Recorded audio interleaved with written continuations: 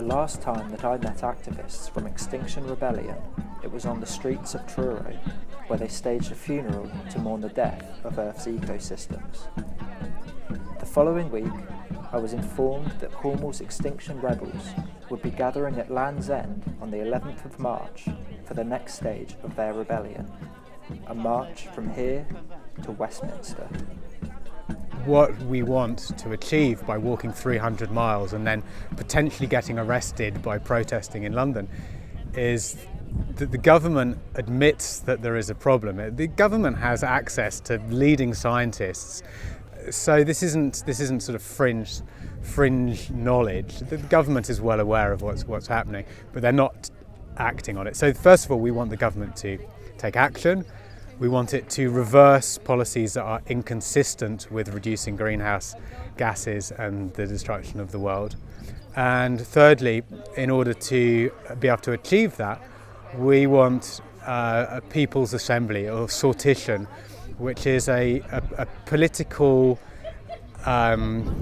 structure, a bit like jury service, which allows difficult decisions to be depoliticised and be made on the basis of fact and consensus rather than political dogma.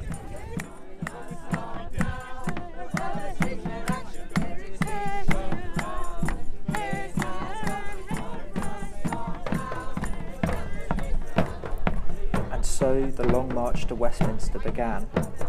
But here in Cornwall, another major climate demonstration was brewing.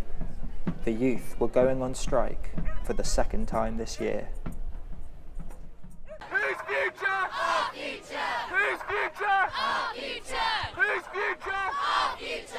Whose future? Our future. Whose future? Our future. Whose future? Our future. There's been quite a bit of change recently when it comes to the climate, obviously, and the Cornwall Council's recently declared a climate emergency, which is a good start, but the government targets at 80% of 1990 carbon levels by 2050. But as we've heard from the climate conference in Warsaw recently, we need to get that down to something like, well, we need to be carbon neutral by 2030, basically.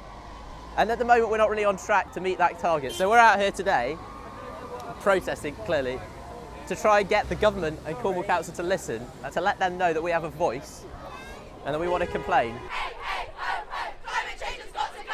Hey, hey, ho, ho, climate change has got to go.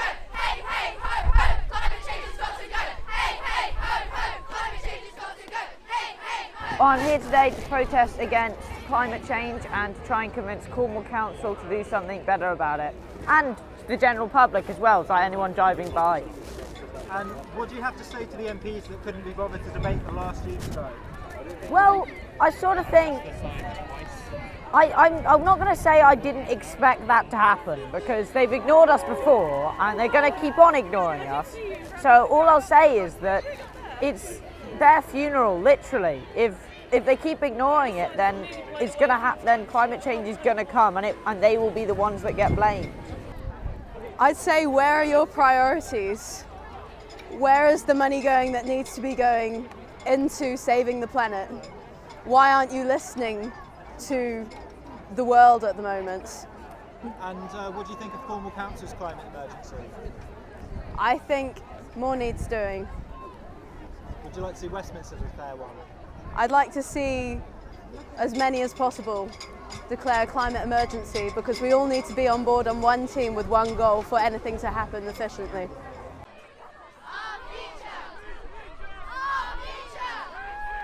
Next month, students from Cornwall and across the globe will go on strike once more to demand that their voices are heard. This will coincide with Extinction Rebellion's arrival in London. Cornwall's Extinction rebels passed through Truro a few hours before the youth strike. I met with them to ask what they thought about the Youth Strike for Climate movement. I started protesting against nuclear arms and nuclear power many years ago, and so when I was a lot younger that was happening, and it's a constant thing in my life, and I think with them I feel so much for them as a grandmother myself with young, well, a baby actually. My youngest one is is only 2, and I just worry so much about all of their futures. So I really stand in solidarity with them, as do I think everybody stands in solidarity with them and then with us, because it goes right through the generations. It doesn't stop with us, it doesn't stop with them, and they need a chance. They need their chance to live their lives and not feel threatened.